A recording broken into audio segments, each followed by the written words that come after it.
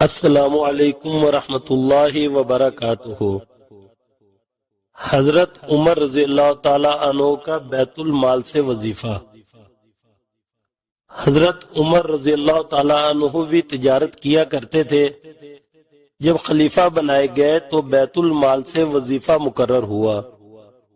مدینہ طیبہ میں لوگوں کو جمع فرما کر ارشاد فرمایا کہ میں تجارت کیا کرتا تھا، اب تم لوگوں نے اس میں مشغول کر دیا، اس لیے اب گزارا کی کیا صورت ہو۔ لوگوں نے مختلف مقداریں تجویز کی۔ حضرت علی رضی اللہ تعالی عنہ چپ بیٹھے تھے۔ حضرت عمر رضی اللہ تعالی عنہ نے دریافت فرمایا کہ تمہاری کیا رائے ہے۔ آپ نے فرمایا کہ توسط کے ساتھ جو تمہیں اور تمہارے گھر والوں کو کافی ہو جائے۔ حضرت عمر رضی اللہ تعالی عنہ نے اس رائے کو پسند فرمایا اور قبول کر لیا، اور متوسط مقدار تجویز ہو گئی۔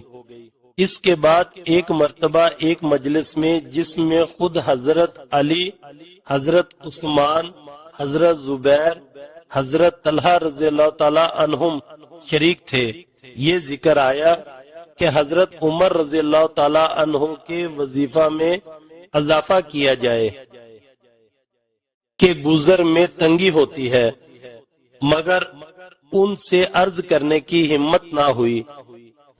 اس لیے ان کی صاحبزادی حضرت حفصہ رضی اللہ تعالی عنہا، جو حضور اقدس صلی اللہ علیہ وآلہ وسلم کی بیوی ہونے کی وجہ سے ام المومنین بھی تھیں، ان کی خدمت میں یہ حضرات تشریف لے گئے اور ان کے ذریعہ سے حضرت عمر رضی اللہ تعالی عنہ کی اجازت اور رائے معلوم کرنے کی کوشش کی، اور ساتھ ہی یہ بھی کہہ دیا کہ ہم لوگوں کے نام نہ ہوں۔ حضرت حفصہ نے جب حضرت عمر رضی اللہ تعالی عنہ سے اس کا تذکرہ کیا تو چہرہ پر غصہ کے آثار ظاہر ہوئے۔ حضرت عمر رضی اللہ تعالی عنہ نے نام دریافت کیے۔ حضرت حفصہ رضی اللہ تعالی عنہ نے عرض کیا کہ پہلے آپ کی رائے معلوم ہو جائے۔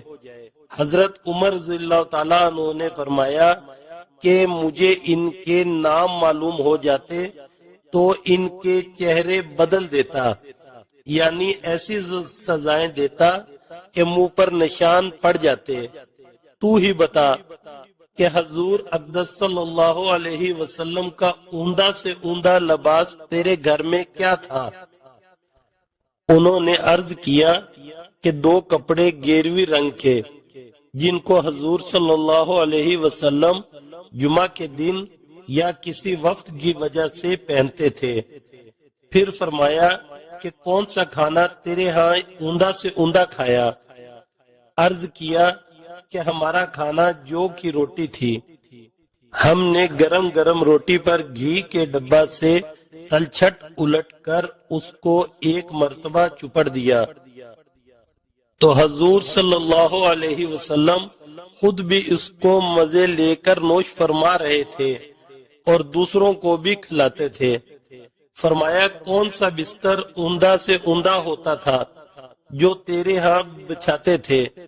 عرض کیا ایک موٹا سا کپڑا تھا، گرمی میں اس کو چوہرا کر کے بچھا لیتے تھے اور سردی میں آدھے کو بچھا لیتے اور آدھے کو اوڑھ لیتے۔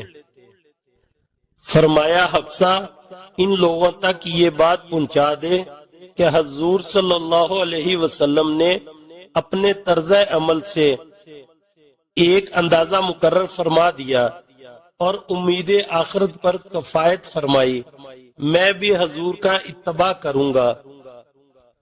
میری مثال اور میرے 2 ساتھی حضور اقدس صلی اللہ علیہ وسلم اور حضرت ابوبکر صدیق رضی اللہ تعالی عنہ کی مثال ان 3 شخصوں کی سی ہے جو ایک رستہ پر چلے۔